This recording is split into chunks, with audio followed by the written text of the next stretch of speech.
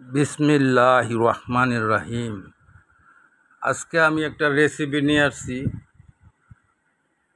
Eid special গরু মাংস বোনা। হ্যাঁ, আমাদের সিয়াম সাধনা, আমরা সবাই সিয়াম সাধনা করছি। এরপরে ঈদের মধ্যে আমরা কিভাবে গরু মাংস পাকাবো এরম নিয়ে চিন্তা ভাবনা করতেছি। এই জন্যে এবার স্পেশাল একটা গরু মাংস ভুনা, সেটা বাংলাদেশে প্রায় রেস্টুরেন্টে এই গোস্তটা পাক করা হয়। আমি এখানে পৌনে দুই কেজি গোস্ত নিছি, নিয়ে আপনার 4 টেবিল চামচ, 2 টেবিল চামচ আপনার আদা, 2 টেবিল চামচ রসুন বাটা, আর 200 গ্রাম পেঁয়াজ কুচি, হ্যাঁ, দিয়ে দিছি। এই যে দেখেন, এখন আমি 1.5 টেবিল চামচ আপনার হলুদ, আর 2 টেবিল চামচ আপনার কাশ্মীরি লাল মরিচ, আর ধইনা 2 টেবিল চামচ। এই যে দেখেন, এখানে একটা স্পেশাল মশলা, এটা আমার রেসিপিতে দেওয়া আছে। আর এই যে হোমমেড গরম মশলা, এটাও আমার রেসিপি দেওয়া আছে। এটা আপনারা যদি ইচ্ছে করেন ঘর থেকে ব্যবহার করতে পারেন, অথবা যে কোনো একটা গরু মাংসের প্যাকেট আইনও আপনারা ব্যবহার করতে পারবেন। এই যে দেখেন, আমি লাল মরিচ দিছি 8-10টা। এগুলো হচ্ছে আপনার, আমি আনাম দিছি গোটা, তেজপাতা দিছি 3-4টা। এই যে দেখেন, দারচিনি দিয়ে দিছি 1 ইঞ্চি 2-3টা, কারণ আমার গরম মশলার মধ্যে এগুলো দেওয়া আছে। স্টার এলাচ একটা দিছি। এই যে দেখেন, একটা জয়ত্রী দিয়ে দিলাম,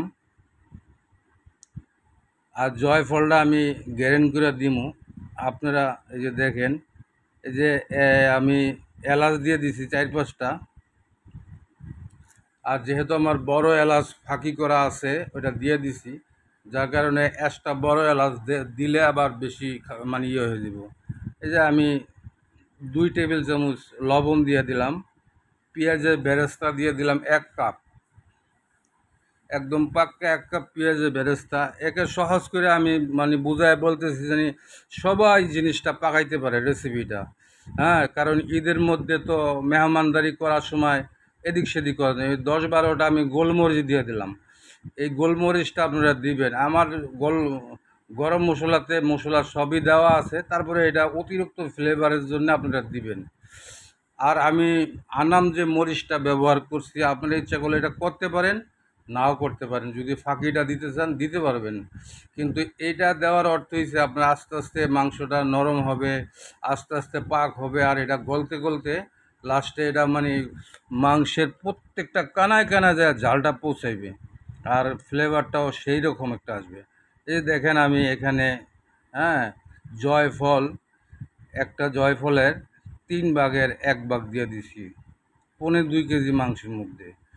আর এই যে সরিষার তেল দিয়ে দিলাম আমি এখানে, আপনার 200 গ্রামের যেই প্রাণের সরষের তেল পাওয়া যায়, আমার কাছে অন্যটা নাই আপাতত, এই যে প্রাণেরটাই দিছি। আর এই যে আপনার আমি 250-300 গ্রামের মতো দই দিয়ে দিলাম। হ্যাঁ, এখন আমি এই যে সুন্দর করে মাইখা আমি এখানে ম্যারিনেশন করে 2-3 ঘন্টার জন্য ঢাইকা রাখবো।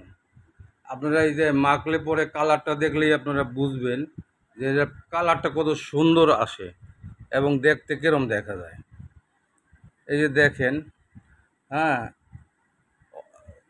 এই পর্যায়ে আপনারা ইচ্ছা করলে পেঁয়াজের বেরেস্তা পরেও দিতে পারেন, কিন্তু এখন দিয়ে দিলে হয় কি আপনার মানে সেটা অন্যরকম একটা ফ্লেভার আসে খাওয়ার সময়। হ্যাঁ, এই যে এখন বাটি বুটি ধুয়ে আমি এটার মধ্যে পানিটা দিয়ে দিতেছি। দেখেন, এটা একটা ভুনা মাংস, এটার মধ্যে কোনো ঝোল থাকবে না, এটা সম্পূর্ণ ভুনা একটা মাংস হবে।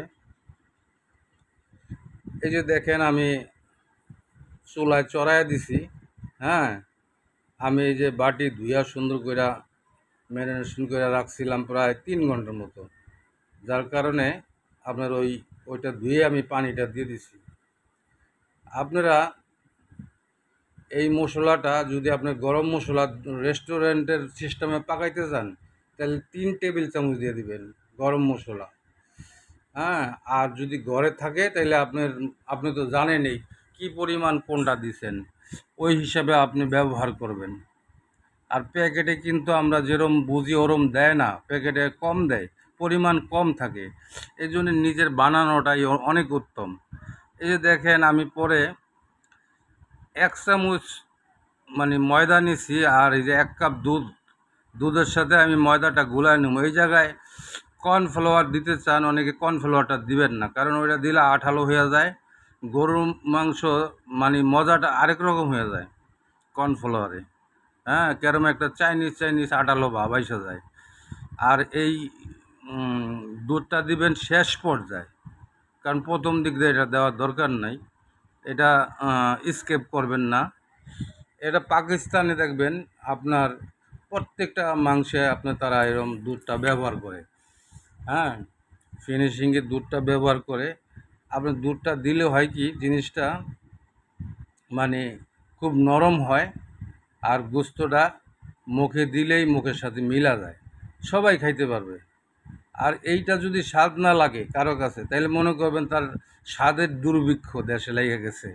হ্যাঁ, এই রেসিপিটা আপনারা একবার বানায়া কাউরে দিবেন। এই যে দেখেন আমি স্পেশাল একটা মশলা আমার বানানো আছে, সেটা আমি পরে আবার 1 টেবিল চামচ দিয়ে দিছি উপরে, 1 টেবিল চামচ দিয়ে দিছি।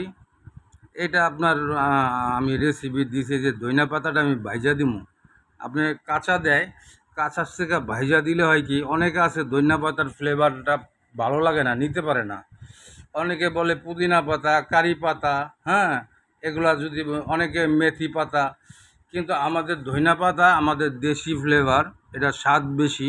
এটা একটু ভাইজা ব্যবহার করবেন, কারণ পাকিস্তানিরা এটা ভাইজা ব্যবহার করে।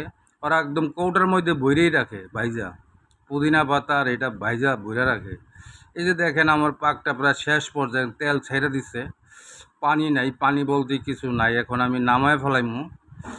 এই মরিচটা এখন আমি দমে দমে শুকাইমু। আর লাল মরিচগুলো আমার প্রায় গইলা গেছে।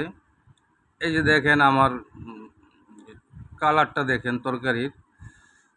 হুম, এটা সেই লেভেলের একটা রেস্টুরেন্টে যে পাকগুলো আপনারা খান গরু মাংসের, আপনি চিটাগাঙ্গের বেশিরভাগ লোকজন যে মাংসটা পাকায়, সেম মাংসটা আপনারা এই রেসিপির এই মশলার উপকরণগুলো দিয়ে আপনারা পাকাইতে পারবেন।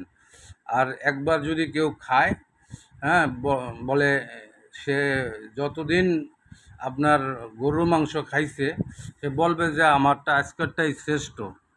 এই জন্যে আমার চ্যানেলটা বেশি বেশি লাইক দিয়ে সাবস্ক্রাইব করেন, আর ফাইজা রান্নাঘরের সাথে থাকেন। আসসালামু আলাইকুম রহমতুল্লাহি বরকাতুহু।